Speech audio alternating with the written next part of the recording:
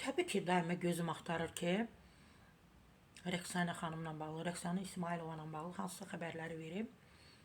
Görən kimi həmən sizlərə də çatdırıram. Və bir nəfərlə belə, o ailəyə çox yaxın olan bir nəfərlə mən söhbət etdim. Təbii ki, bəzi şeyləri soruşdum, necədirlər. Dedi ki, Ədilə xanım anası yaxşı deyil, onun şəkəri var, səhhəti problemlidir. Və dedim, necə dolanırlar? Necə dolanırlar? Rəqsanəsiz necədir? Aysundan o qədər razılıq etdi. Rəqsanə xanımın qızı Aysundan deyir, istər mənəvi, istər maddi. O çox güclü xanımdır və hamının yanında dayanıb. İstər mənəvi, istər maddi.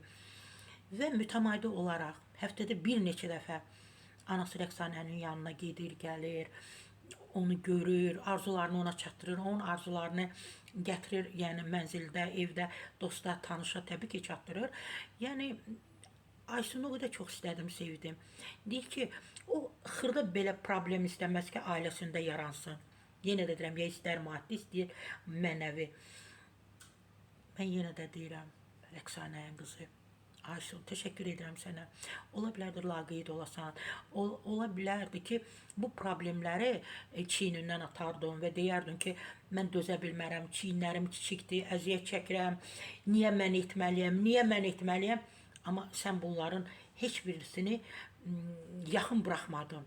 Yaxşı mənada ki, o yük də mənimdir, o problem də mənimdir, o dərd mənimdir, o kədər mənimdir. Buna görə sənə təşəkkür edirəm. Sən Rəqsanənin qızısan.